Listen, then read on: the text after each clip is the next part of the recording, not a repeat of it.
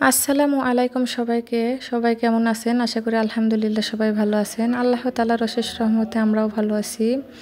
আল্লাহ তাআলার রহমতে সব কয়েকটি রোজা সুস্থ অবস্থায় পালন করতে পেরেছি। আল্লাহ তাআলার কাছে দোয়া চাই বাকি সবগুলো রোজা যেন পরিবার পরিজন নিয়ে সুস্থভাবে পালন করতে পারি ইনশাল্লাহ। আজকে আমি ইফতারে যা যা তৈরি করেছি সেটাই আপনাদের সঙ্গে একটু শেয়ার করছি। আপনাদের ভাইয়া বাজার থেকে আজকেও একটি বড় তরমুজ নিয়ে এসেছে। তরমুজটা আমি কেটে রেখেছি।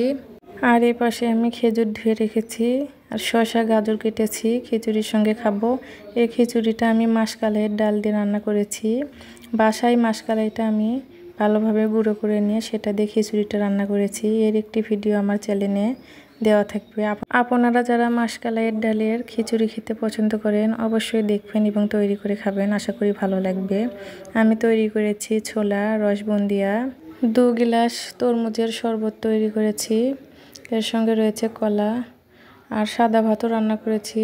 ওই জন্য আমি বড় মাছের তরকারিটাকে রান্না করেছি। 2 পিস মাছ ভেজেছি, ডিম ভেজেছি।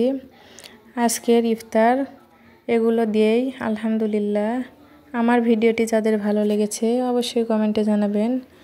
আজকের ভিডিওটি এই পর্যন্তই। আল্লাহ হাফেজ।